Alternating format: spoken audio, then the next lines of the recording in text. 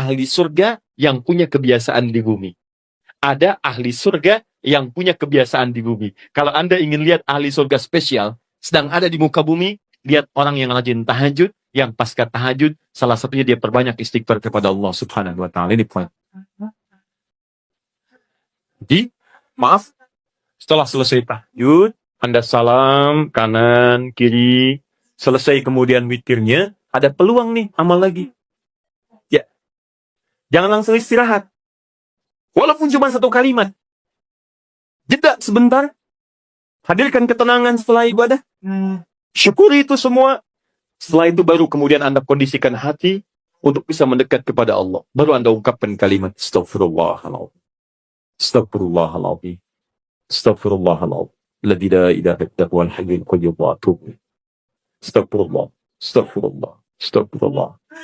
Nah, disinilah teman-teman dua hal bisa kita kerjakan. Sekarang kita bicara bagaimana cara beristighfar seperti diisyaratkan Al-Quran ini. Kita ambil bagian pertama. Satu. Awas hati-hati. Karena ini peluang diampuni dosa cukup besar di sini. Dan seketika Allah yang mengampuni. Seketika Allah langsung yang mengampuni. Jadi ada orang yang ketika istighfar di waktu sahar, seketika diampuni oleh Allah Subhanahu wa Ta'ala. Bagaimana caranya? Mari kita lihat. Jadi kalau Anda beristighfar, memohon ampun dari kesalahan atau dosa, jangan sekedar kalimat itu keluar di lisan. Hanya formalitas, ya Allah ampuni saya, ampuni saya. Setiap kalimat yang disampaikan dalam Al-Quran, ingat baik-baik, ataupun dalam hadis itu selalu diistilahkan dengan zikir namanya. Zikir. Ingat baik-baik ya, setiap kalimat kebaikan yang diungkapkan di lisan, itu selalu diistilahkan oleh Quran dengan zikir. Misal, tadi yang astagfirullah, subhanallah, alhamdulillah, yang kita kerjakan ba'da salat, kita kan ba'da salat kita kerjakan astagfirullah, kan istighfar kan? Baik ya, di hadis Muslim, hadis 591. Ya, Nabi kemudian mengucapkan astagfirullah, astagfirullah, astagfirullah. Allahumma antas salam, minkas salam, tabarakta ya dzal jalali wal ikram. Di hadis Muslim hadis 593 kemudian mengatakan la ilaha illallah wahdahu la syarika lah, lahul mulku wa lahul hamdu wa huwa ala kulli syai'in qadir. Baru setelah itu subhanallah, alhamdulillah, Allahu akbar. Zikir ini disebut zikir di Quran. Di Quran surah keempat ayat 103. Paling kanan sebelah atas ada sedikit ke tengah. Lihat kalimatnya. Fa idza qadaytumus sholata fadhkurullaha. Kalau Anda tuntas mengerjakan salat, segeralah berzikir kepada Allah Subhanahu wa Ta'ala. Nah, apa itu zikir? Zikir itu bukan sekedar kalimat yang diungkapkan. Tapi zikir secara bahasa saja sudah mengandung arti sesuatu yang teringat. Sesuatu yang dirasakan. Ingat dan dirasakan. Di ketika Anda beristighfar, tadi ingat baik-baik, ingat kesalahan, dosa yang dilakukan, minta ampun atas kesalahan dan dosa yang dilakukan. Kalimatnya disebut dengan zikir. Zikir berarti ingat dan merasakan. Jadi begitu Anda mengatakan, ya Allah, astagfirullah, ampuni saya. Anda minta ampun, berarti ada dosa yang dikerjakan. Ingat dosa apa yang Anda lakukan sampai Anda mengatakan ampuni saya. Ini bukan cuma di lisan. Ini begitu Anda istighfar, itu enak Pak. Keheningan malam. Saat tidak banyak suara bising, dan Anda menyadari kesalahan Anda pada saat itu. Begitu air mata Anda jatuh, tumpah saat itu. Kemudian kalimat yang Anda rasakan seketika ampunan dari Allah itu turun kepada Anda semua. Itu yang pertama mesti Anda lakukan. Jadi begitu selesai tahajud, ingat-ingat, perbanyak istighfar. Hatinya nyaman. Setelah ketenangan itu ada, saya agak cepat, baru masuk ke nomor 2. Apa nomor 2 itu?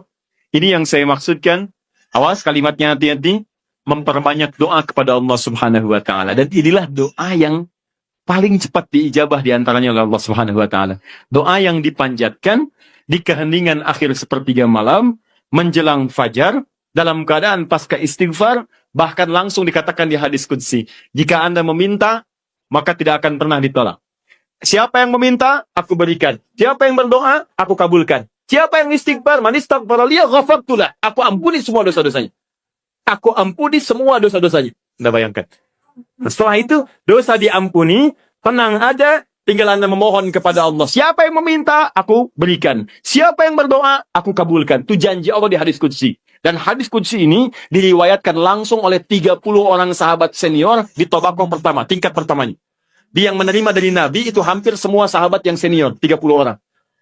Anda minta tuh, di kesempatan. Mungkin inilah waktu yang doa-doa Anda yang dulu itu mungkin belum terkabul. Anda diminta berada di waktu itu. Kalau sudah diberikan waktunya Anda tidak minta, Anda butuh waktu apa lagi? Ayo, Yang katanya mohon kepada Allah minta keturunan terbaik, rizki terbaik, pasangan terbaik, ya perilaku yang baik waktu ini. Nah, apa doa di antara yang dimohonkan? Ini saya tunjukkan ada di Abu Daud, nomor hadis 1427. Kemudian di At-Tirmidzi, nomor hadis 3566. 3566. Imam At-Tirmidzi di antara yang mendawamkan malamnya tahajud. Bahkan berdoa. Terus istighfar. Sampai buta matanya. Ya, orang bertanya, Syekh lima hakadha, kenapa Anda masih seperti ini? Dia imam besar, ahli tahajud, ahli Quran, menulis juga Al-Jami' As-Sahih, dia dikenal dengan Sunan At-Tirmidzi, ahli hadis juga, tapi di akhir hidupnya banyak menangis sampai buta matanya. Ditanya kenapa sampai begini? Kata beliau, saya khawatir dan takut ketika diwafatkan dan menghadap kepada Allah, belum cukup bekal saya dipandang oleh Allah Subhanahu wa Ta'ala. Ada seorang imam sampai menangis mata buta. Ditanya kenapa? Takut saat pulang bekalnya belum cukup. Ya, coba lihat kita. Imam bukan, makmum kadang-kadang. Cita-cita masuk surga, surganya Firdaus bersama Nabi lagi. Berapa amalannya dibandingkan dengan orang-orang soleh terdahulu? Paham? Baik. Kemudian ada juga di An-Nasa'i. Kalau At-Tirmidzi nama aslinya bukan At-Tirmidzi, nama aslinya Muhammad. Muhammad tinggal di Tirmidz, dikenal dengan At-Tirmidzi. Beliau hafal 500.000 hadis. Ya, dan hafalnya lancar sekali, ringan mengucapkan, lunak menyebutkan.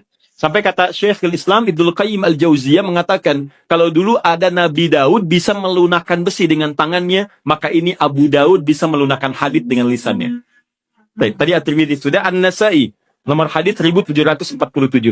1747. Kemudian Ibnu Majah, An-Nasa'i ini muridnya juga Imam Asy-Syafi'i. Dia pernah belajar kepada Imam Asy-Syafi'i. Kemudian Ibnu Majah nomor hadis 1168. Semua hadis yang diriwayatkan oleh para imam ini sumbernya dari seorang sahabat, menantu Nabi sallallahu alaihi wasallam yang juga sering dibangunkan oleh Nabi sallallahu alaihi wasallam untuk menunaikan salat malamnya, yaitu sahabat Ali bin Abi Thalib radhiyallahu taala anhu. Apa di antara doanya? Allahumma inni a'udzu biridhaka. Ya, Ali bin Abi Thalib mengajarkan doa dari Nabi sallallahu alaihi wasallam setelah kemudian tahajud. Setelah beristighfar kepada Allah, lalu doa pertama yang disampaikan bukan doa permintaan lain-lain dulu. Tahan dulu yang lainnya. Tapi yang didahulukan yang ini. Ya Allah, Allahumma inni a'udzubika biridhaka min sakhatik. Ya Allah, saya berlindung kepadamu dengan mengharap ridhamu. Jauhkan saya. Ya Allah, jauhkan saya dari segala apa yang kau murkai. Di antara makna ridha, kalau sudah datang dari Allah, maka mengabulkan semua doa-doa yang dimohonkan. Ridha itu maknanya 3. Mengabulkan doa yang dimohonkan, mengampuni dosa yang pernah berlangsung dalam kehidupan, dan yang ketiga memberikan solusi dari semua persoalan yang Anda hadapi dalam kehidupan. Baik. Teruskan.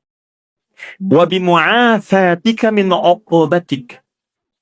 Wa bimu'afatika, dan hamba berlindung kepadamu ya Rabb dengan segala penjagaan dan pemaafanmu. Mu'afah itu adalah sifat penjagaan dan pemberian maaf. Anda dijaga oleh security, terjaga, nyaman Anda. Anak dijaga orang tua, nikmat, nyaman. Tapi apakah selamanya bersama security? Tidak. Selamanya bersama orang tua, mungkin terpisah. Kalau Anda titipkan diri Anda kepada Allah, maka siapa yang bisa mengganggu Anda dalam kehidupan? Maka Anda bermohon kepada Allah, ya Allah, tolong jaga hamba ya Allah. Dan kalau salah, tolong maafkan hamba. Dan yang lebih hamba mohonkan, tolong jaga hamba dari uqubatik, dari hukuman-hukuman. Nah, hukuman dunia dan siksa akhirat itu disebut dengan uqubah. Maka Anda bermohon kepada Allah, ya Allah, kalau ada perilaku saya yang tidak baik, yang bisa menghadirkan percepatan hukuman di dunia, mohon lindungi saya. Lindungi saya. Karena Anda tidak tahu sedang mengerjakan apa yang mungkin Allah murka dengan Anda. Dan kalau ada jalan kembali saya, yang berpotensi menghadirkan hukuman abadi di akhirat, mohon lindungi saya, jaga saya dan maafkan kesalahan saya.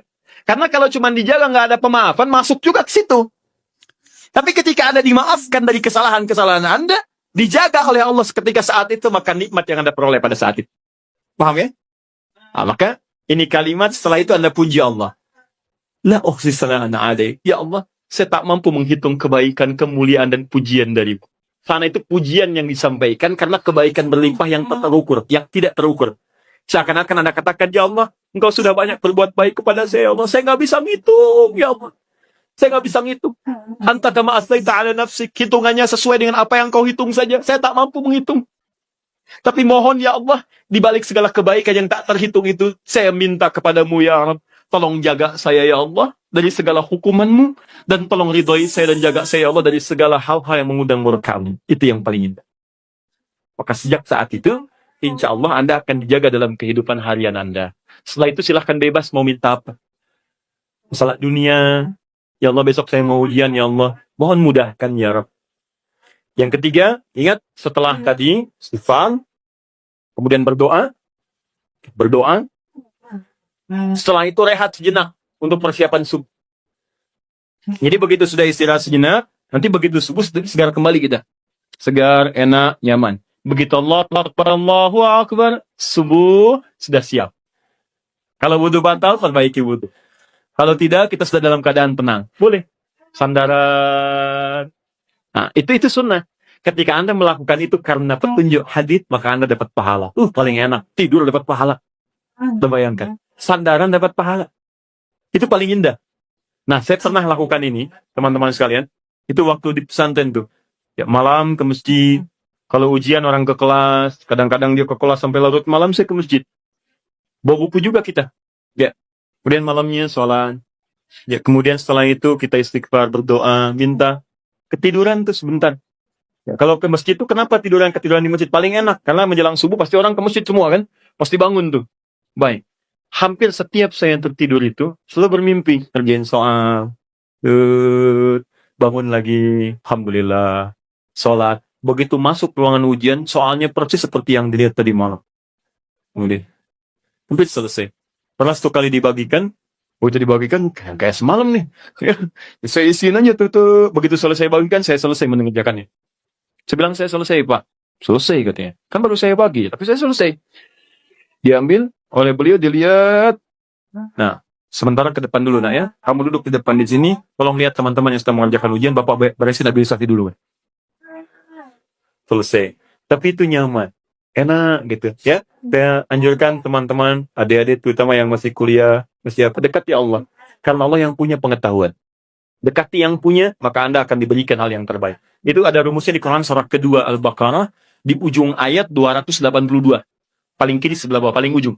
Wattaqullah wa yu'allimukumullah. Tingkatkan takwamu kepada Allah, maka Allah akan mengajarkan pengetahuan kepadamu.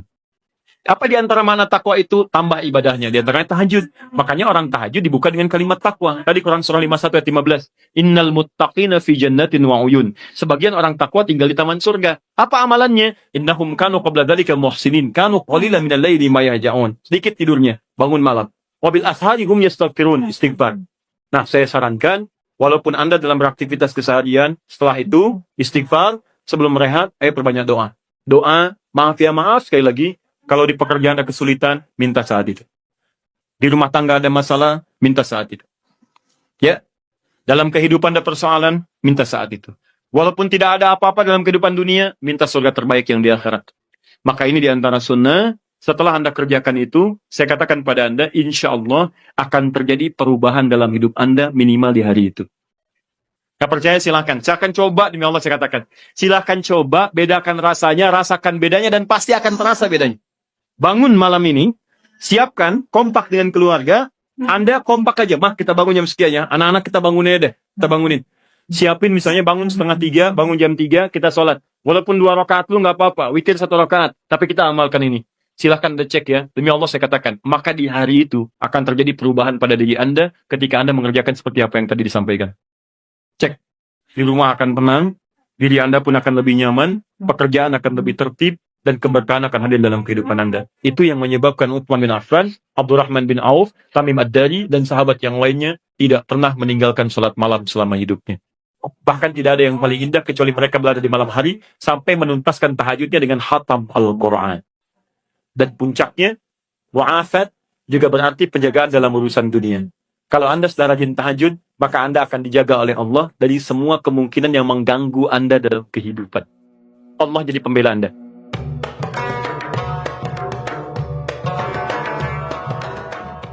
Kasus yang terakhir, Ustadz bagaimana kalau keluar masjid untuk kebutuhan hajat yang darurat? Pengen ke toilet kan?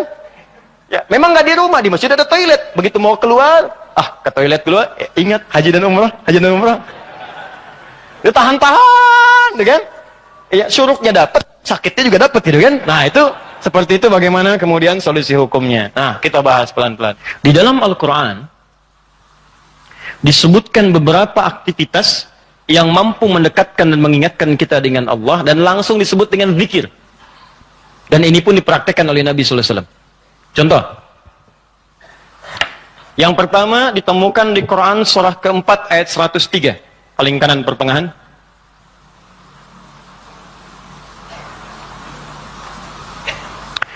فَإِذَا قَضَيْتُمُ الصَّلَاةَ فَاذْكُرُوا اللَّهَ قِيَامًا وَقُعُودًا وَعَلَى جُنُوبِكُمْ. Maka jika Anda telah tuntas mengerjakan salat, maka segeralah berzikir kepada Allah Subhanahu wa taala. Di amalan sunnah pasca salat berzikir, zikir dulu. Bisa Anda kerjakan kalau buru-buru, ya sambil berdiri, berjalan. Jadi waktu umum ya. Misalnya ini Anda sudah salat zuhur nih, harus ke kantor, ya dikejar-kejar langsung berangkat lagi. Tapi kan Anda buru-buru keluar pun kan tidak mengganggu Anda untuk mengucapkan kalimat-kalimat zikir. Misalnya apa? Nabi mengamalkan pasca salat hadis riwayat Muslim, nomor hadis 571. Hadis riwayat Muslim. Nomor hadis 571. Setiap selesai salat Nabi mengatakan, perhatikan kalimatnya, astaghfirullah, astaghfirullah, astaghfirullah. Allahumma antas salam, wa minkas salam, tabarakta ya dzal jalali wal ikram.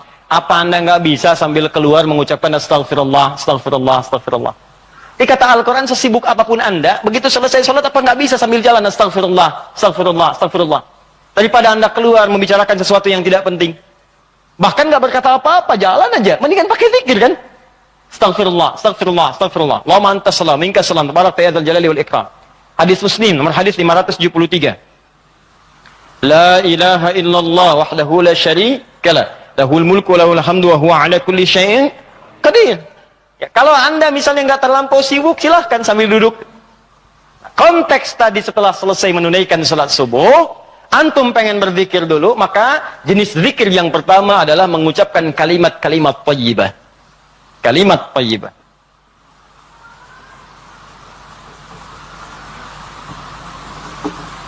Bisa sifatnya istighfar.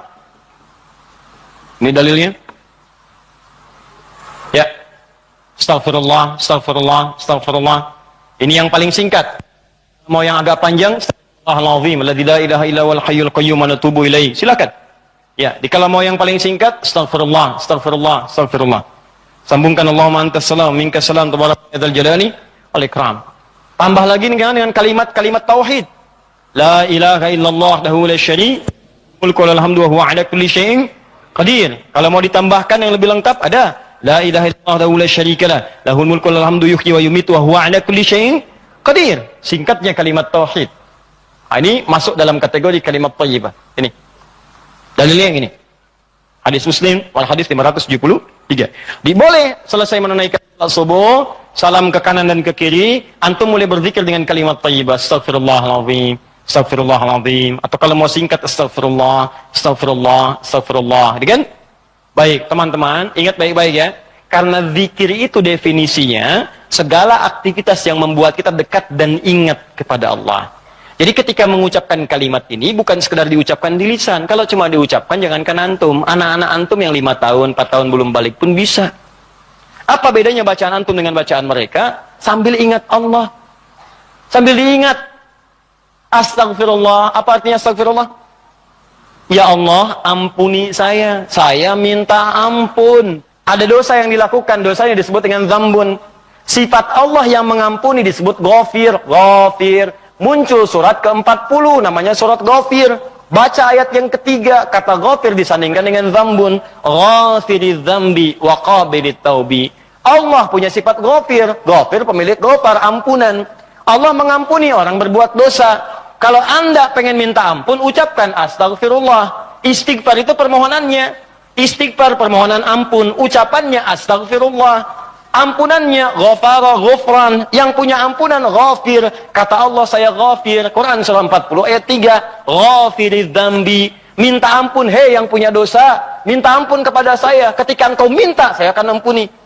Saya tanya pada antum, siapa yang nggak punya dosa? Yuk angkat tangan. Ayo nggak usah malu, angkat aja, saya pulang. Kalau nggak punya dosa bersih kan? Nah, kalau anda merasa banyak dosa, diberi peluang habis sholat istighfar. Makanya ketika istighfar, jangan cuma diucapkan, coba rasakan punya dosa apa sampai hari itu, dosa apa? Jadi begitu selesai subuh ingat dosa pada orang tua, dosa pada pasangan, suami pada istri, istri pada suami, dosa pada anak-anak. Anak-anak orang lain aja yang nggak punya mobil, nggak punya motor, bisa mendidik anaknya hafal Quran, sholatnya bagus. Masa antum udah banyak fasilitas ke masjid? Enggak, jemaah, enggak, bangun terlambat. Antum kurang apa lagi untuk mendidik anak dengan baik? Maka istighfari. Jangan-jangan anak itu nggak soleh bukan karena dia nggak mampu, karena antum nggak bimbing. Makanya antum akan ditanya tuh, jangan dikira mudah punya titipan anak. Jangan dikira mudah, antum akan ditanya. Kenapa ini nggak sholat? Nanti akan ada terjadi di hari kiamat, ini sahih riwayatnya, akan terjadi di hari kiamat. Nanti ada orang tua hampir ke surga, anaknya mau ke neraka, dan dia menyatakan keberatan di hadapan Allah. Begitu menyatakan keberatan, ternyata dosanya dosa orang tua. Anak itu tuh nggak menyembah Allah dengan baik karena dosa orang tuanya. Maka tertukarlah anaknya ke surga, orang tuanya ke neraka. Hati-hati. Dan ada juga yang terbalik. Orang tua ke neraka, anaknya mau ke surga. Orang tua menyatakan keberatan kepada Allah. Dan nanti kejadiannya sangat luar biasa. Nanti lain waktu kita akan bahas. Cukuplah ada banyak keterangan dalam Al-Quran.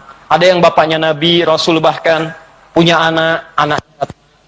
Ada yang suami, istri, istrinya nggak taat. Ada yang istrinya solihah, suaminya enggak. Seperti Asia dengan Fir'aun.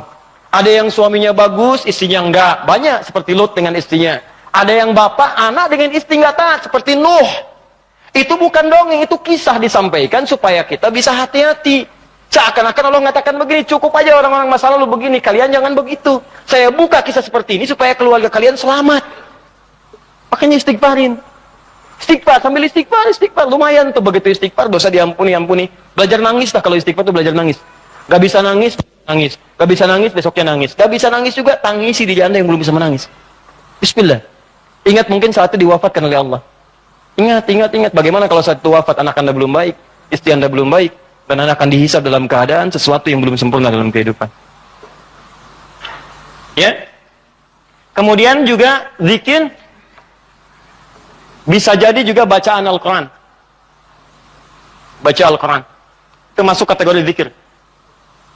Dalilnya Quran, surah ke-15 ayat 9. Al-Quran disebut oleh Allah dengan zikir. Inna nahnu nazzalna dzikra wa inna lahu lahafizun. Sungguh kami turunkan Al-Quran sebagai zikir, kata Allah. Hal yang mampu mendekatkan seseorang dengan Allah.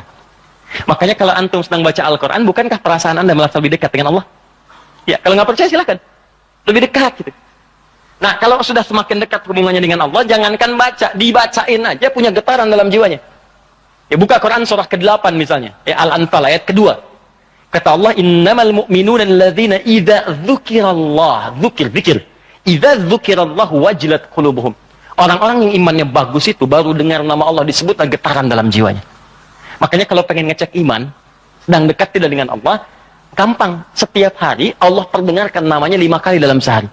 Ketika namanya disebutkan itu, antum ada nggak getaran dalam jiwanya? 5 kali dalam sehari. Subuh, zuhur, asar, maghrib, isya. Allahu Akbar, Allahu Akbar. Bukankah nama Allah? Dikala antum sedang dengar suara adzan, itu nama Allah diperdengarkan. Ada getaran nggak di hatinya? Ya, yang imannya hebat itu belum diperdengarkan, dia udah siap-siap. Sebenarnya adzan zuhurnya itu jam 12:08. Kok bisa jam 11 dah siap-siap, padang mandi dulu, wudu dengan sempurna, berangkat ke masjid. Itu tandanya imannya luar biasa. Ada orang yang saat dipanggil baru ingat, Allahu Akbar, Allahu Akbar. Ya Allah, sudah masuk zuhur, siap-siap. Imannya standar. Standar. Itu yang biasa. Begitu dipanggil, ingat. Ada orang yang sama, Allahu Akbar, Allahu Akbar. Ya Allah, sudah adzan, baru adzan, belum qomat.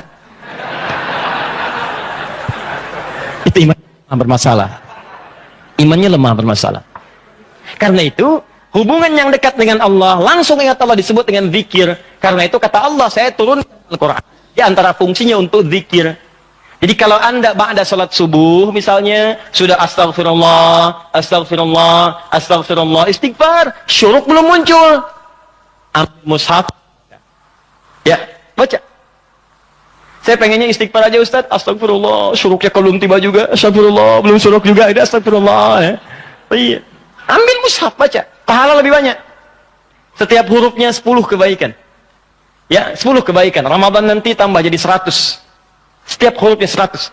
Makanya saya sarankan dari sekarang bikin kurikulum. Nanti bulan depan saat masuk Sya'ban, saya akan terangkan kurikulum Nabi saat di bulan Ramadan. Nanti yang bisa dikerjakan saat Ramadan apa saja. Kelemahan orang Islam sekarang, begitu masuk Ramadan, dia tidak punya rencana kegiatan Ramadan. Akhirnya ketika masuk Ramadan, itu asal saja yang mau baca-baca. Ya tidak, mau taraweh-taraweh, mau enggak-enggak. Awal-awal Ramadan semangat semua, penuh. Lihat pertengahan, kemajuan, maju usapnya, maju, hilang. Teruskan. 3. Kalau Ustadz saya tuh misalnya mushaf nggak ada, boleh nggak saya misalnya dari hafalan? Boleh.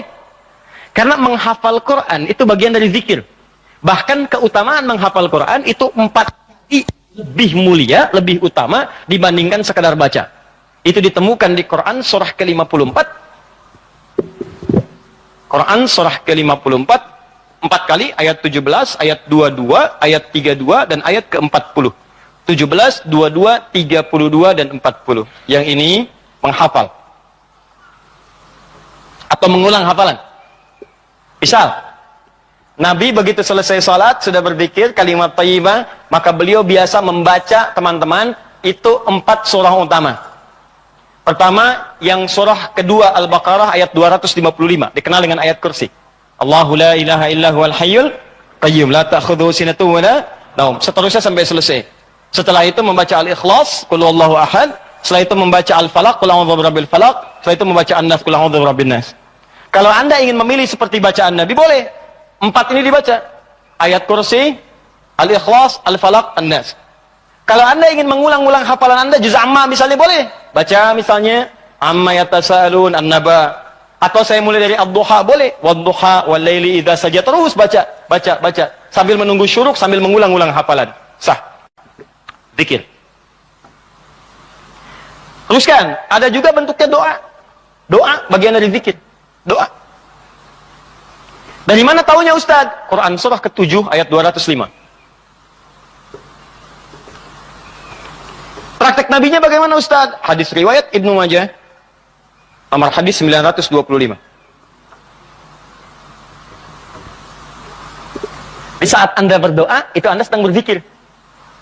Ya, makanya kan ketika Anda berdoa, Anda merasa lebih dekat dengan Allah kan? Ya, merasa nyambung gitu. Ya, perhatikan kalimatnya. Ketika Anda berdoa disebutnya zikir. Wadhkur rabbaka darru'an wa khifatan wa dunal jahri minal qawli. Kata Allah, kalau Anda sedang punya masalah, ada persoalan, jangan mengeluh. Jangan mengeluh, apalagi bikin status, nggak menyelesaikan masalah. Gak masalah bikin status. Dia tidak seperti yang aku kira. Selesai juga enggak. Terus nungguin komentar, itu paling kasihan tuh, nungguin gitu. Aduh, kasihan, belum ada yang komen. Ya, udah 2 jam baru muncul. Kenapa Jung? Gitu kan, baru dijawab. Iya ya, gelisah hati ini. Muncul lagi komen yang lain. Duh, nggak nyangka ya, nyangka. Capek, nggak selesai. Masalah selesai tidak, cuma nambah masalah aja. Kata Allah, kalau punya masalah, tenangkan hati, berdoa, sebut nama Allah. Itu lebih memberikan ketenangan. Zikir itu selain mendekatkan kita pada Allah, zikir itu membuat hati lebih tenang. Tenang. Makanya ketika Allah menyebutkan fungsi zikir di Quran surat 13 ayat ke-28. Allah sampaikan begini, ala bidzikrillahi tatma'innul qulub. Kamu mesti yakin, kata Allah, dengan berzikir kepada Allah, hati kamu akan tenang. Makanya kalau sedang punya persoalan, bawa ke zikir. Ambil wudu, baca Quran. Begitu antum baca Quran, walaupun solusi belum tiba, hati lebih tenang. Dan lebih objektif, kalau orang tenang itu dapetin solusinya gampang gitu, tenang.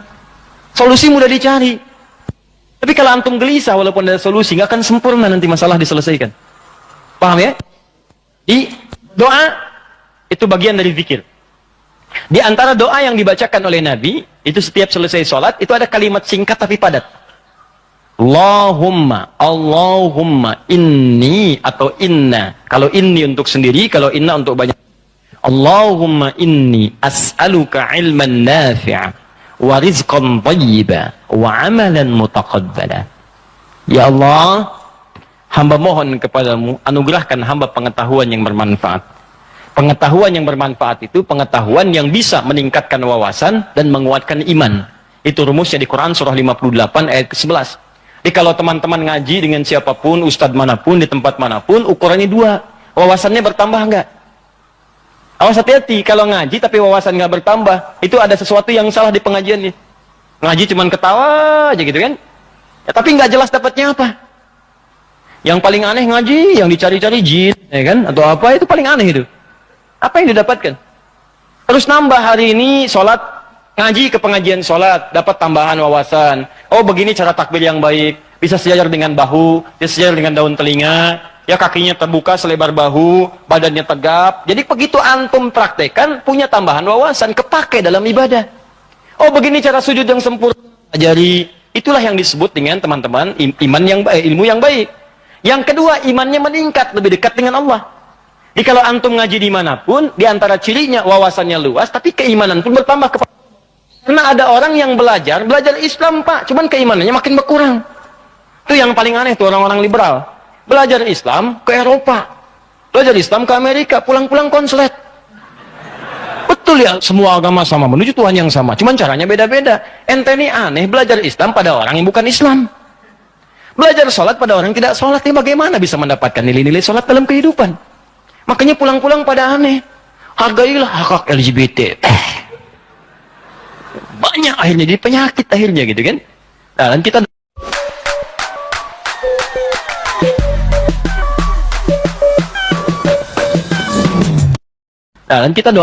kita doakan dengan baik, arahkan pada yang baik. Jadi kalau ada yang kurang-kurang tuh kita doakan.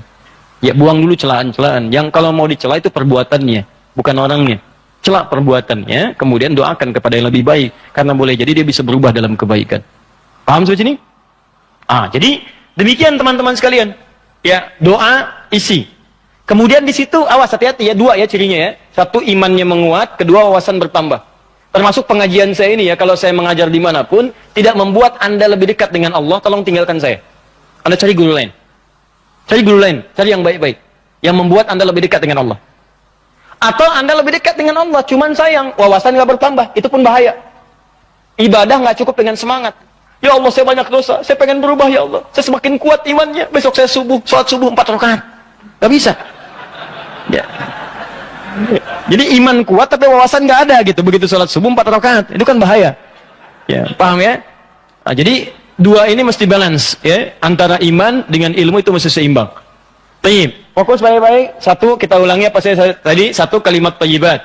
Yang kedua, bacaan Al-Quran, kan? Yang ketiga, baca hafalan ayat-ayat Al-Quran. Yang keempat, doa. Yang kelima, menyebutkan nama-nama Allah atau Al-Asma'ul Husna. Boleh, itu zikir. Ustadz, apa dalilnya? Dalilnya Quran surah kedua ayat 152 ditafsirkan dengan Quran surah ke-17 ayat 110. Quran surah kedua ayat 152 paling kanan sebelah bawah ditafsir dengan Quran surah 17 ayat 110 paling kanan di pertengahan. Ini bagian terakhir. Quran surah kedua ayat 152 Allah minta fadhkuruni, kata Allah, zikir, sebut aku, sebut aku, sebut aku. Sebut nama Allah. Orang-orang yang sering menyebut Allah maka akan disebut-sebut namanya oleh Allah. Indah ya. Antum aja nama disebut-sebut di TV, senangnya luar biasa kan? Wah, Pak Asep adalah jamaah subuh yang sangat luar biasa. Datang ke Masjid Nurul Bahri, jam 3 sudah di masjid, masuk tayangan Anda. Tapi memang disayangkan, jam 3 sudah adzan Pak Asep ya kan? Tapi kan antum enak, ya disebutkan di TV tersanjung, ya disebutkan di komplek tersanjung. Kenapa antum tidak merasa tersanjung ketika nama antum disebut-sebut oleh Allah Subhanahu wa taala? Kata Allah, fadhkuruni adzkurkum. Sebut namaku. Ketika engkau menyebutku, aku akan sebut-sebut namamu. Maka ada hamba-hamba Allah yang disebut oleh Allah, sipulan. Ya, di antara yang disebut itu ada dua. Siapa? Orang-orang yang sering menyebut nama Allah, khususnya terkait dengan nama-namanya yang mulia. Dari mana taunya? Tafsirkan dengan Quran surah 17 ayat 110. Perhatikan kalimatnya. Kata Allah, "Qulidullah." Panggil aku Allah. Sebut. Minta. Ada masalah, ada doa, ada masalah, ada solusi, pengen nyebut Allah, sedang punya persoalan, sebut. Kata Allah, panggil namaku Allah. Awilur Rahman atau Ar-Rahman. Ini paling singkat kalau Anda sedang ada masalah, pengen solusi, atau pengen menyebut nama Allah, sebut Ya Allah, Ya Allah, Ya Rahman. Tapi Allah tawarkan begini, ayyamma tad'u falahul asma'ul husna. Ketika engkau ingin memanggilku, menyebutku, aku punya nama-nama terbaik yang sangat sesuai dengan kebutuhan kalian. Di teman-teman bisa sebutkan, misal Anda di pagi itu berharap rezeki pengen ditambah oleh Allah. Sebut, Ya Allah, Ya Razzaq, Ya Allah, Ya Razzaq, Ya Allah, Ya Razzaq, Ya Allah, Ya Razzaq. Allahumma zid fir rizqi, Allahumma rzuqni rizqan thayyiban halala. Ya Allah, Ya Razzaq, Ya Allah pemilik rezeki, zidni fir rizqi, Ya Allah tambahkan rezeki saya. Allahumma rzuqni rizqan halalan thayyiban. Berikan rezeki kepada saya yang halal dan yang terbaik yang mampu saya dapatkan. Anda sedang punya persoalan, sebut namanya, Ya Allah, Ya Al-Fattah, Ya Al-Fattah, Ya Al-Fattah. Iftah li kullil khair. Ya Allah, Ya Al-Fattah yang pemilik segala solusi, bukakan kepadaku solusi terbaik dari setiap persoalan yang aku alami sampai dengan saat ini. Anda ada yang ganggu di pekerjaan, ada yang sedang usil iseng, sebut Ya Allah, Ya Jabbar, Ya Jabbar, Ya Jabbar, Ya Malik. Ya Malik, Ya Rabb, Ya Malik, Allahumma Ya Jabbar. Ya Allah yang Maha Pelindung, Raja dari segala raja, lindungi aku dari tangan-tangan orang-orang yang jahil. Anda sedang banyak ujian, sebut Ya Allah, Ya Sabar, Ya Sabar, Ya Sabar, Ya Sabar, zidni sabra. Ya Allah yang Maha memiliki segala sifat kesabaran, tolong tambahkan kesabaran pada diriku untuk bisa mampu mengatasi ujian yang tengah engkau ujikan. Anda yang sedang mau ujian, Ya Allah, Allahumma Ya Alim, Ya Alim, Ya Alim, Ya Alim, alimni Ya Allah ma jahiltu, wanfa'ni bima ta'allamtu, wa najihni fi imtihani Ya Allah bima radit. Ya Allah yang Alim, yang Maha pemilik ilmu, tambahkan ilmu kepadaku, ajarkan apa yang belum aku ketahui, berikan manfaat pada apa yang telah aku pelajari, dan luluskan aku dalam ujian yang akan aku alami. Minta. Kata Allah, udkurni, fadkuruni, adkurkum. Sebut saya, aku sebut kamu. Engkau panggil namaku dengan nama terbaikku, aku berikan kemuliaan sesuai dengan apa yang kau butuhkan. Cukup Pak, 5 ini kerjakan habis subuh, selesai. Astagfirullah, astagfirullah, astagfirullah. Allahumma antas salam. Habis itu baca Quran. Baca Quran diulang. Ya, ayat kursi, Al-Ikhlas, Al-Falaq, An-Nas. Habis itu kemudian antum berdoa, habis doa sebut nama Allah. Begitu lihat jam 8.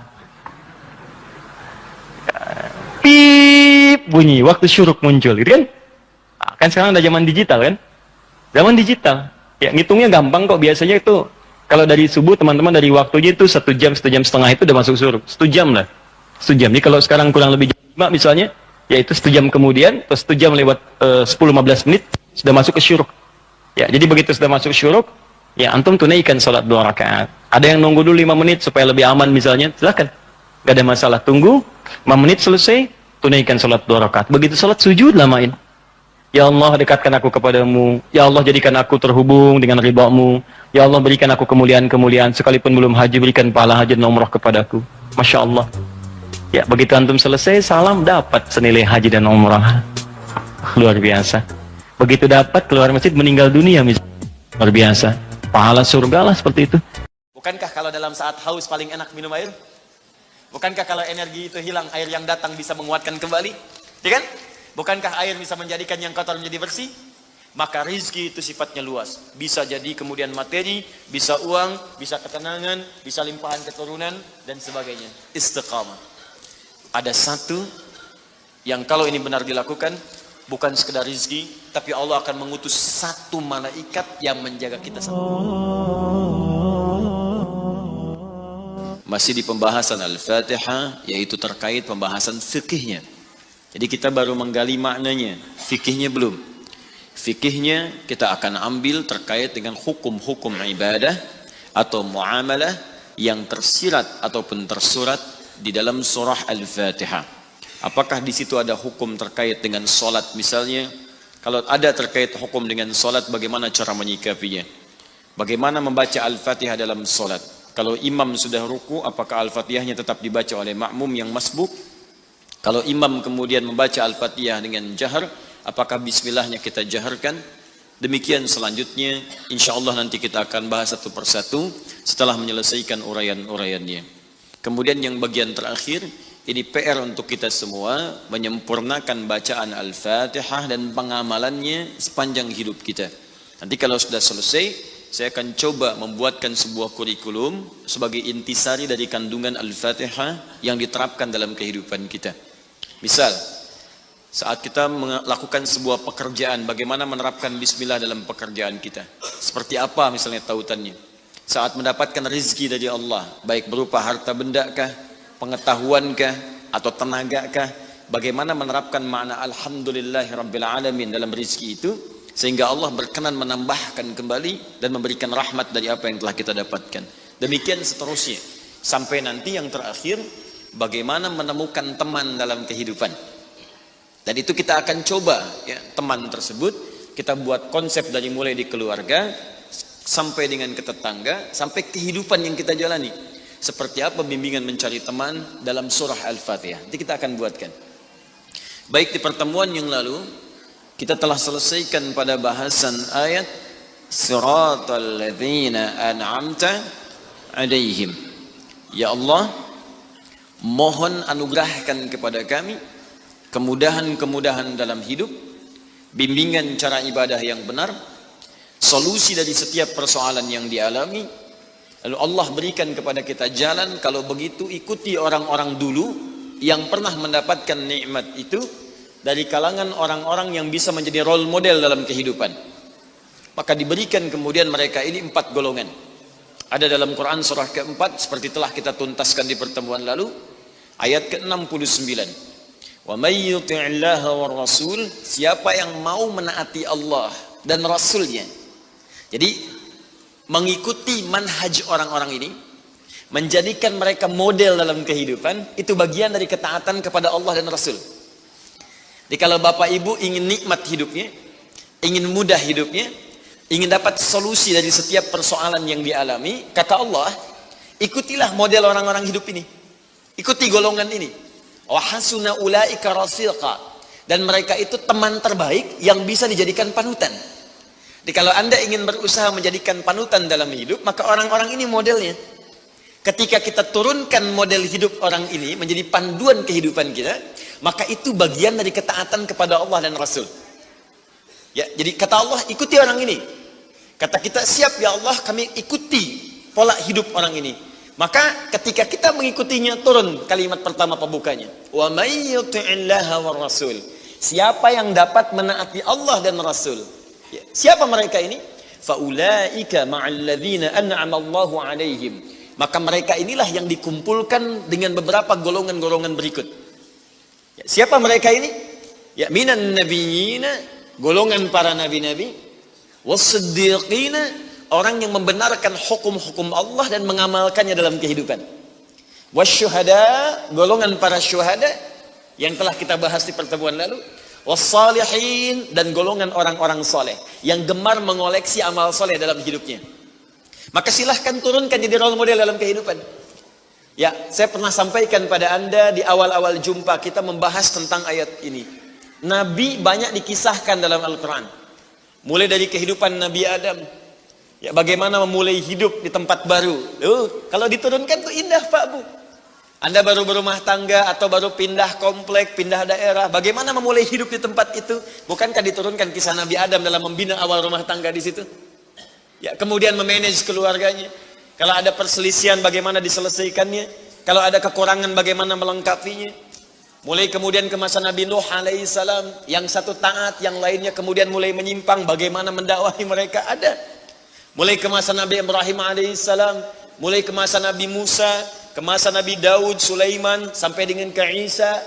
Kemudian diselingi dengan kisah Nabi Ayub alaihissalam ketika merasakan sakit. Disempurnakan dengan kisahnya Nabi Yunus alaihissalam ketika dijahili di lingkungan pekerjaan. Kemudian juga ditambahkan dengan kisah Nabi Zakaria ketika berumah tangga belum dapat keturunan. Ada semua kan? Siapa yang nggak pernah sakit di sini? Pasti sakit. Bukankah ada yang sudah berkeluarga belum ada keturunan? Pasti ada.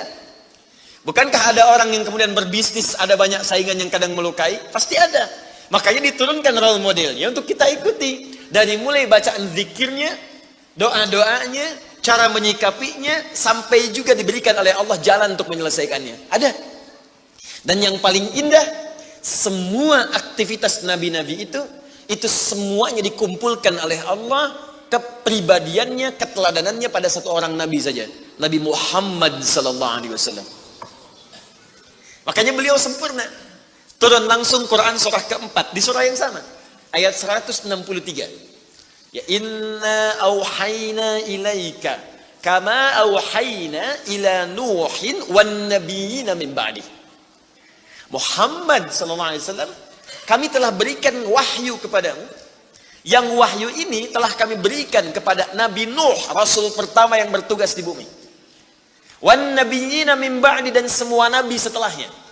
Jadi wahyu yang diberikan pada Nabi Nuh alaihissalam itu sama dengan yang diberikan pada Nabi Muhammad.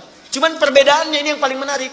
Wahyu yang diberikan pada Nabi Muhammad adalah kumpulan dari semua wahyu yang pernah disampaikan pada Nabi Nuh dan nabi-nabi setelahnya. Mengumpul satu pada contoh ajaran bimbingan Nabi Muhammad SAW. Makanya silahkan Anda cek.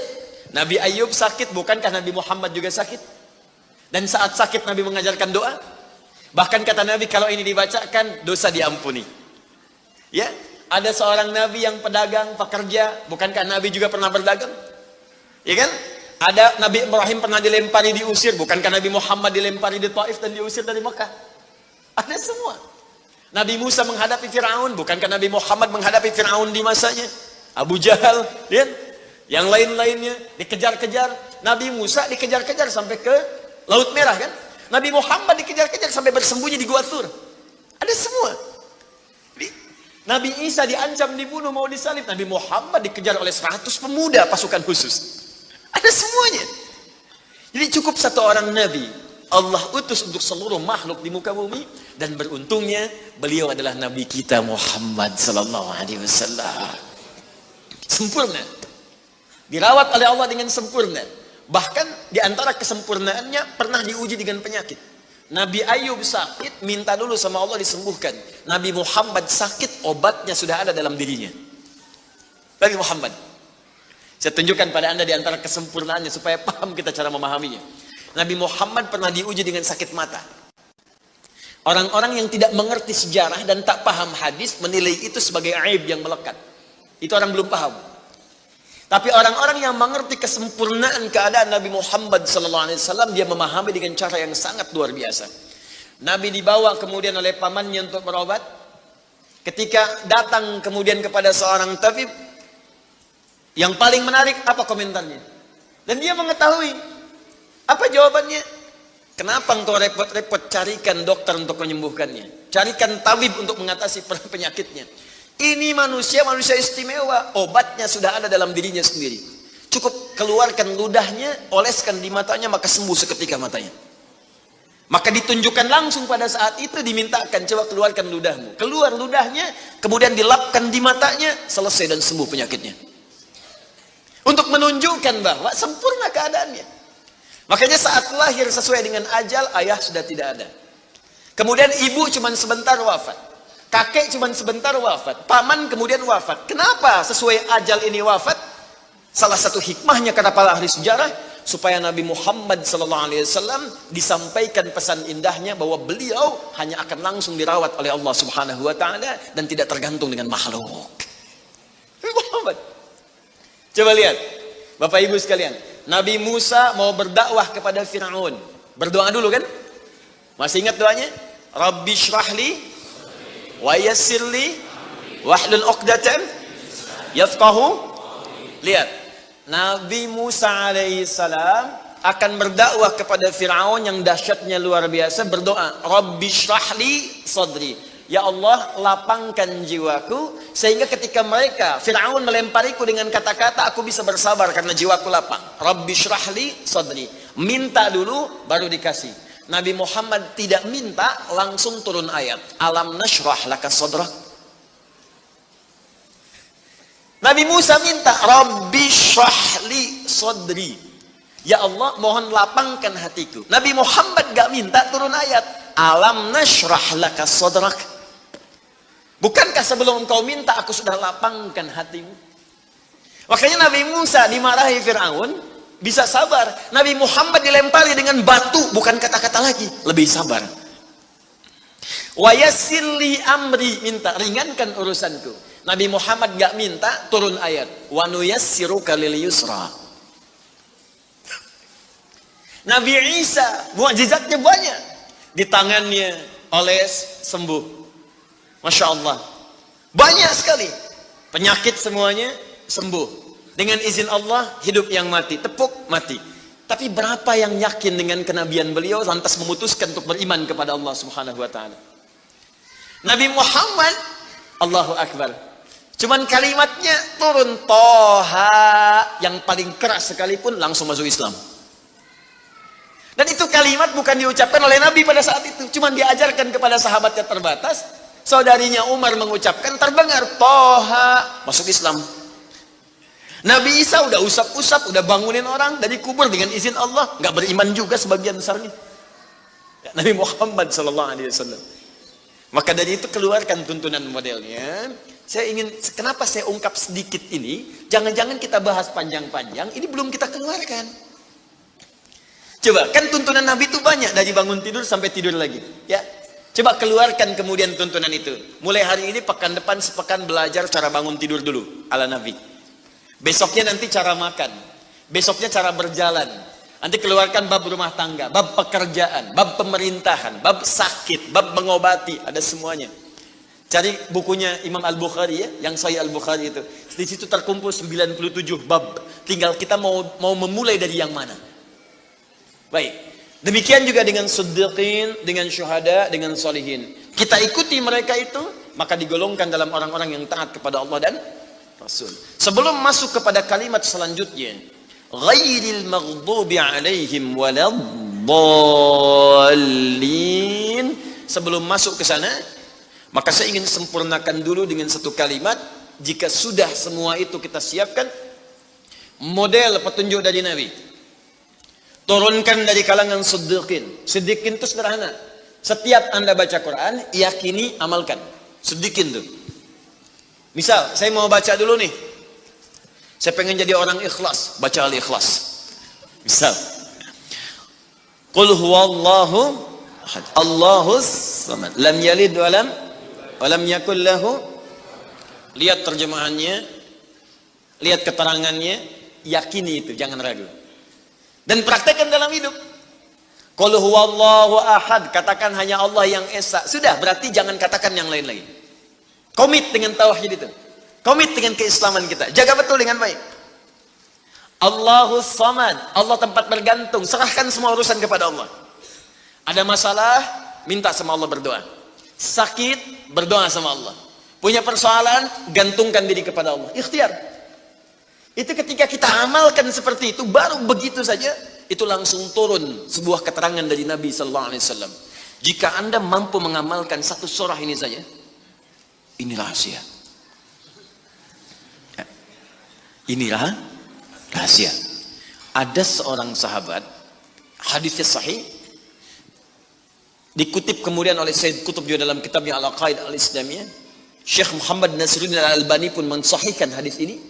Ketika Nabi selesai kemudian menunaikan salat, terdengar seseorang berdoa. Perhatikan doanya. Doanya menggunakan pembuka surat Al-Ikhlas.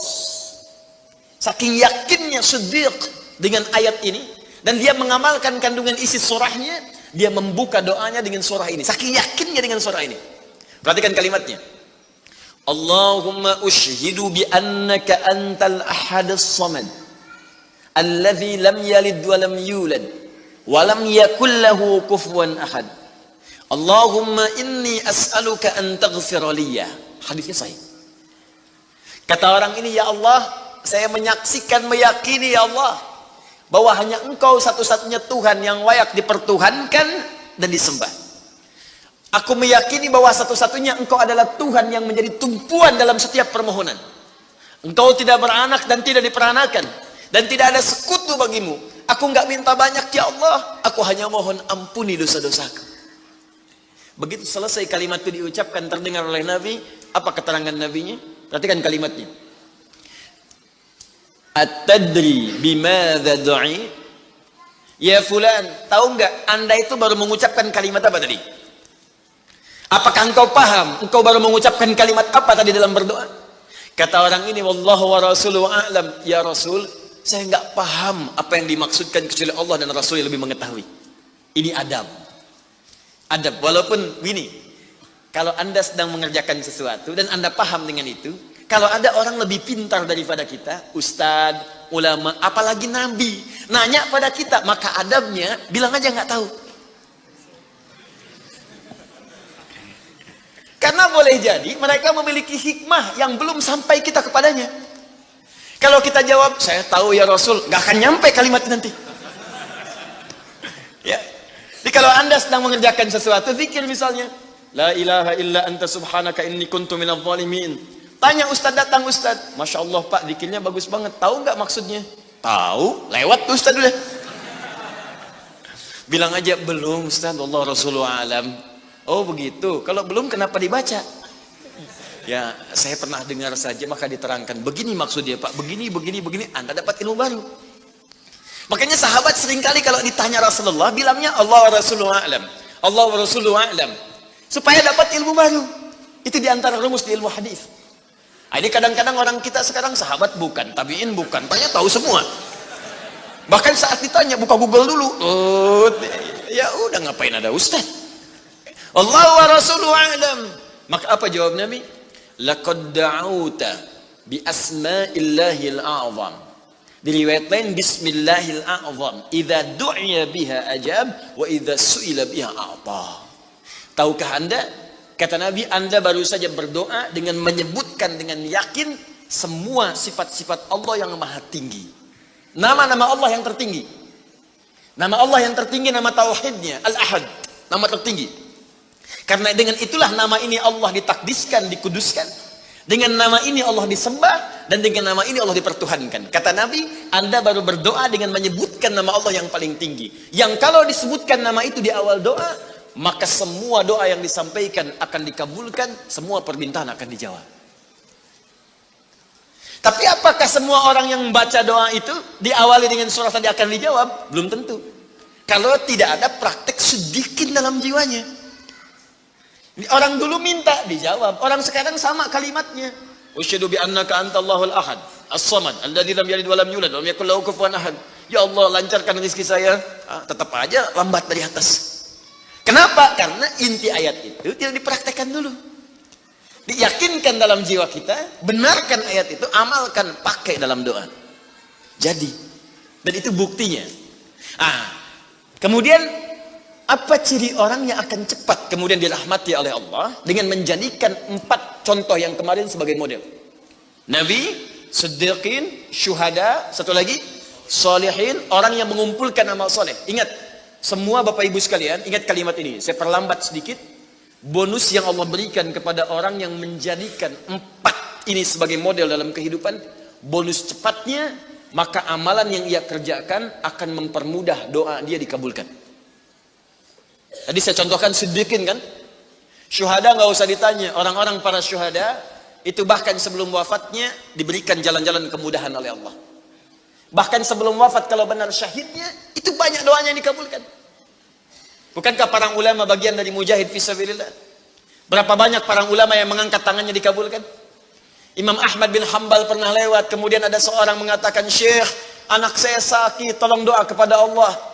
Kata Imam Ahmad, kamu ini doa-doa sendiri katanya. Imam Ahmad ingin mengajarkan, kamu kan masih punya lisan. Kamu masih punya kemudian kekuatan, minta dulu sama Allah supaya ada ikhtiar. Orang itu tiba-tiba pulang, ya dengan perasaan dia agak kecewa karena Imam Ahmad tidak mendoakannya. Ternyata ketika dia pulang, Imam Ahmad berdoa kepada Allah. Ya Allah, sembuhkan anak si fulan itu. Pulang, anaknya sembuh. Allahu Akbar. Ini doa ulama itu kalau benar kealimannya, kalau benar ilmunya dan khasyahnya kepada Allah, itu hujah di lisannya. Bahkan firasatnya nyata. Kadang dikasih dalam mimpi, kadang kemudian bermohon kepada Allah tanpa diketahui. Ada. Solihin juga demikian. Bahkan turun Quran surah ke-5 ayat 35. Ya. Paling kanan sebelah bawah, ya ayyuhalladzina amanu taqullaha wabtaghu ilaihil wasilah. Hai orang-orang beriman, tingkatkan terus takwamu kepada Allah dan jadikan takwa itu sebagai wasilah untuk meminta kepada Allah dari apa yang engkau inginkan. Dan kalau Anda cari takwa di Quran, bentuknya amal soleh. Tidak pernah kalimat takwa disebutkan dalam Al-Quran kecuali pada umumnya akan menyebut amal soleh. Contoh, Kalimat takwa pertama langsung disebutkan orangnya di Al-Baqarah ayat 2. Dzalikal kitabu la hudal lil. Siapa muttaqin orang takwa di sini? Sebutkan ayat 3 dan 4-nya. Alladzina yu'minuna bil ghaib wa yuqimunas. Lihat sini. Iman dulu. Iman baru kemudian salat. Masih ingat di pertemuan lalu? Sebuah amal menjadi soleh kalau didahului oleh apa? Iman. Di iman itu nggak akan dipisahkan dengan amal soleh. Ada iman, maka amal berubah jadi soleh. Dalilnya Quran surah ke-103. Wal 'asr innal insana lafi illa alladzina amanu iman wa amilus soleh. Amal soleh. Apa wujudnya amal soleh itu? Jadi rumus cepatnya begini. Iman akan melahirkan sebuah amal yang dengan sifat iman ini menjadi soleh. Kalau iman dipadukan dengan amal soleh, maka akan berubah menjadi takwa namanya. Karena itu ketika Allah menyebutkan kalimat takwa dalam Al-Quran, baik dengan kata benda, ya, naon, bukankah kalau dalam saat haus paling enak minum air? Bukankah kalau energi itu hilang, air yang datang bisa menguatkan kembali? Ya kan? Bukankah air bisa menjadikan yang kotor menjadi bersih? Maka rizki itu sifatnya luas. Bisa jadi kemudian materi, bisa uang, bisa ketenangan, bisa limpahan keturunan, dan sebagainya. Istiqamah.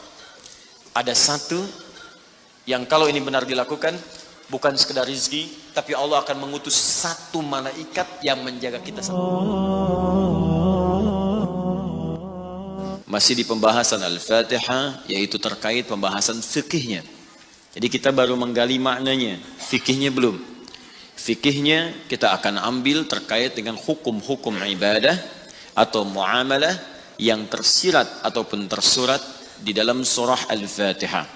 Apakah di situ ada hukum terkait dengan solat misalnya? Kalau ada terkait hukum dengan solat, bagaimana cara menyikapinya? Bagaimana membaca Al-Fatihah dalam solat? Kalau imam sudah ruku, apakah Al-Fatihahnya tetap dibaca oleh makmum yang masbuk? Kalau imam kemudian membaca Al-Fatihah dengan jahar, apakah bismillahnya kita jaharkan? Demikian selanjutnya, insya Allah nanti kita akan bahas satu persatu setelah menyelesaikan uraian-uraiannya. Kemudian yang bagian terakhir, ini PR untuk kita semua, menyempurnakan bacaan Al-Fatihah dan pengamalannya sepanjang hidup kita. Nanti kalau sudah selesai, saya akan coba membuatkan sebuah kurikulum sebagai intisari dari kandungan Al-Fatihah yang diterapkan dalam kehidupan kita. Misal, saat kita melakukan sebuah pekerjaan, bagaimana menerapkan bismillah dalam pekerjaan kita? Seperti apa misalnya tautannya? Saat mendapatkan rezeki dari Allah, baik berupa harta benda kah, pengetahuan kah, atau tenaga kah, bagaimana menerapkan makna alhamdulillahirrabbilalamin dalam rezeki itu, sehingga Allah berkenan menambahkan kembali dan memberikan rahmat dari apa yang telah kita dapatkan. Demikian seterusnya. Sampai nanti yang terakhir, bagaimana menemukan teman dalam kehidupan. Dan itu kita akan coba, ya, teman tersebut kita buat konsep dari mulai di keluarga sampai dengan ke tetangga, sampai kehidupan yang kita jalani. Seperti apa bimbingan mencari teman dalam surah Al-Fatihah. Nanti kita akan buatkan. Baik, di pertemuan yang lalu kita telah selesaikan pada bahasan ayat Siratal ladzina an'amta 'alaihim. Ya Allah, mohon anugerahkan kepada kami kemudahan-kemudahan dalam hidup, bimbingan cara ibadah yang benar, solusi dari setiap persoalan yang dialami. Lalu Allah berikan kepada kita jalan, kalau begitu ikuti orang-orang dulu yang pernah mendapatkan nikmat itu dari kalangan orang-orang yang bisa menjadi role model dalam kehidupan. Maka diberikan kemudian mereka ini 4 golongan. Ada dalam Quran surah ke-4 seperti telah kita tuntaskan di pertemuan lalu, ayat ke-69. Wa may yuti'illaha war rasul, siapa yang mau menaati Allah dan Rasulnya. Jadi mengikuti manhaj orang-orang ini, menjadikan mereka model dalam kehidupan, itu bagian dari ketaatan kepada Allah dan Rasul. Jadi kalau bapak ibu ingin nikmat hidupnya, ingin mudah hidupnya, ingin dapat solusi dari setiap persoalan yang dialami, kata Allah, ikutilah model orang-orang hidup ini. Ikuti golongan ini. Wa hasuna ulaika rafiqa, dan mereka itu teman terbaik yang bisa dijadikan panutan. Jadi kalau Anda ingin berusaha menjadikan panutan dalam hidup, maka orang-orang ini modelnya. Ketika kita turunkan model hidup orang ini menjadi panduan kehidupan kita, maka itu bagian dari ketaatan kepada Allah dan Rasul. Ya, jadi kata Allah, ikuti orang ini. Kata kita, siap ya Allah, kami ikuti pola hidup orang ini. Maka ketika kita mengikutinya, turun kalimat pertama pembukanya. Wa may yuti'illaha war rasul. Siapa yang dapat menaati Allah dan Rasul? Ya, siapa mereka ini? Faulaika ma'al ladzina an'ama Allahu 'alaihim. Maka mereka inilah yang dikumpulkan dengan beberapa golongan-golongan berikut. Ya, siapa mereka ini? Ya, minan nabiyina, golongan para nabi-nabi, was-siddiqina, orang yang membenarkan hukum-hukum Allah dan mengamalkannya dalam kehidupan. Wasyuhada, golongan para syuhada yang telah kita bahas di pertemuan lalu. Wassalihin, dan golongan orang-orang soleh yang gemar mengoleksi amal soleh dalam hidupnya. Maka silahkan turunkan jadi role model dalam kehidupan. Ya, saya pernah sampaikan pada Anda di awal-awal jumpa kita membahas tentang ayat ini. Nabi banyak dikisahkan dalam Al-Quran. Mulai dari kehidupan Nabi Adam. Ya, bagaimana memulai hidup di tempat baru. Kalau diturunkan tuh indah Pak Bu. Anda baru berumah tangga atau baru pindah komplek, pindah daerah. Bagaimana memulai hidup di tempat itu? Bukankah diturunkan kisah Nabi Adam dalam membina awal rumah tangga di situ? Ya, kemudian memanage keluarganya. Kalau ada perselisihan bagaimana diselesaikannya. Kalau ada kekurangan bagaimana melengkapinya.